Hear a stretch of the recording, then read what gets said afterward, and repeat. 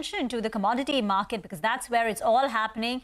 Brent had moved up above that $70 per barrel mark, but once again below that level. Manisha is back with us to talk more about crude and the latest sound bites.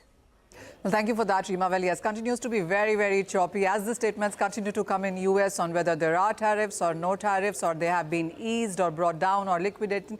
That exactly is what is impacting the crude prices also. The markets are getting worried about on whether, one, there are tariffs, two, if there are, then that could hurt the economic growth and the energy demand as well going forward. It also is going to be about the US crude prices, which have now declined for a 7th straight week, and we have seen these prices trade at around 9-month lows into the markets there.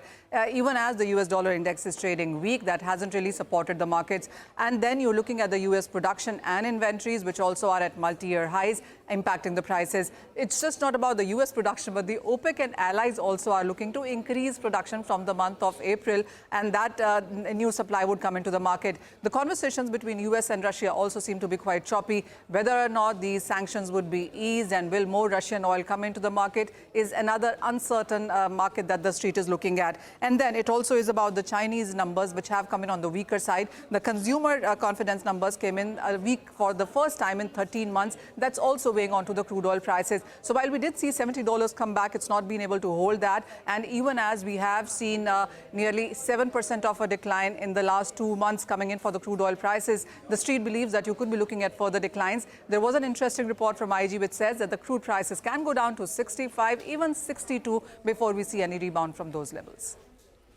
Okay, all right, got it. Yeah, I mean, it's all happening. And I think Saudi Arabia is the theater of the latest action as far as that brokering that peace deal with between Ukraine and Russia is concerned. Got it, Manisha. So crude markets dealing with a lot of news flow. We'll take a break on that note, come back on the other side. We'll have Devang Mehta joining in to talk about some fundamental ideas.